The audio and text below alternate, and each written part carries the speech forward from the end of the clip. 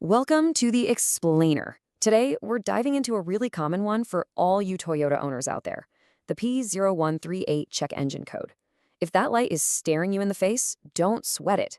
We are going to walk through exactly what it is and, more importantly, how to get it fixed. We've all been there, right? You see that little light pop on the dash and your stomach just drops. But it doesn't have to be that way. Let's turn that moment of dread into a moment of confidence by breaking down exactly what your car is trying to tell you. So here's our game plan. First, we're going to decode what P0138 even means. Then, we'll become detectives and find the exact sensor we're looking for. After that, we'll look at the usual suspects, the common causes and symptoms. Then, I'll walk you through a pro-level diagnosis step by step. And finally, we'll get to the satisfying part, the fix. All right, let's get right into it. First things first, what in the world is this P0138 code anyway? What is that clue your car just handed you? So in simple terms, this means your car's brain, the powertrain control module, or PCM, is getting a weird signal from one of its oxygen sensors. The signal is stuck on high, which is basically the sensor screaming that the exhaust is running way too rich with fuel all the time. Or it could mean there's an electrical issue, like a short circuit somewhere. Now, to really get this, you gotta know that there are two types of O2 sensors. Think of the upstream sensor, sensor 1, like a chef.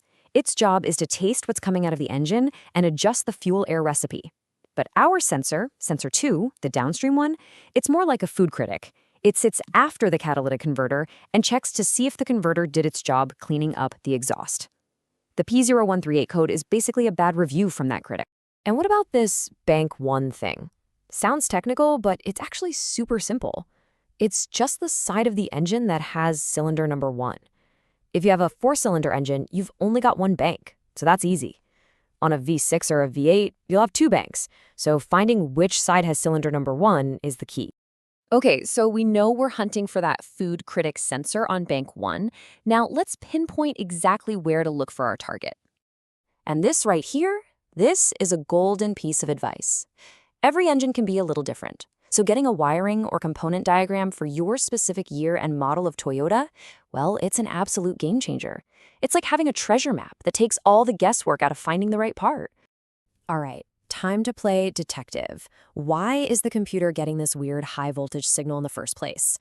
Let's run through the usual lineup of suspects. Okay, look, 9 times out of 10, the culprit is just a bad O2 sensor. It's the most common reason for sure.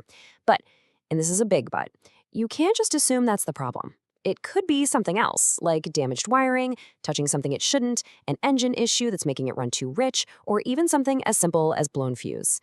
That's why we have to diagnose, not just guess. Besides that annoying light on your dash, your car might be giving you other clues. Are you noticing you're hitting the gas station a lot more often? That's poor fuel economy. Maybe the engine feels a little shaky or rough when you're stopped at a light. You might even smell raw gas from the exhaust. These are all signs telling you to pay attention. Now we get to the most important section. This is how you investigate like a real pro. Following these steps in order is going to save you from just throwing new parts at the problem, hoping one of them sticks. Let's find the real root cause. Seriously, following this order is absolutely crucial. First, always check for other codes. They might give you a bigger clue. Second, use your eyes. Do a thorough visual inspection. Look for any wires that are melted, frayed, or damaged. Third, check the easy stuff first. Pull the fuse for the O2 sensor circuit and make sure it's good. Fourth, plug in a scan tool and look at the live data. You should see that voltage stuck way up high, near 1 volt. And then number 5, this is the magic trick, the definitive test. Unplug the sensor. Watch your scan tool. If the voltage suddenly drops to 0, bingo, the sensor itself is bad. But if that voltage stays high even with the sensor unplugged, the problem is a short in the wiring harness. So you've done your diagnostic homework, you've found the culprit, and now it's time for the fun part. Let's make the repair, get rid of that code, and get your car back to running the way it should. If all signs point to a bad sensor, then the fix is pretty straightforward. You gotta replace it. And listen, let me give you a piece of advice that will save you so much frustration.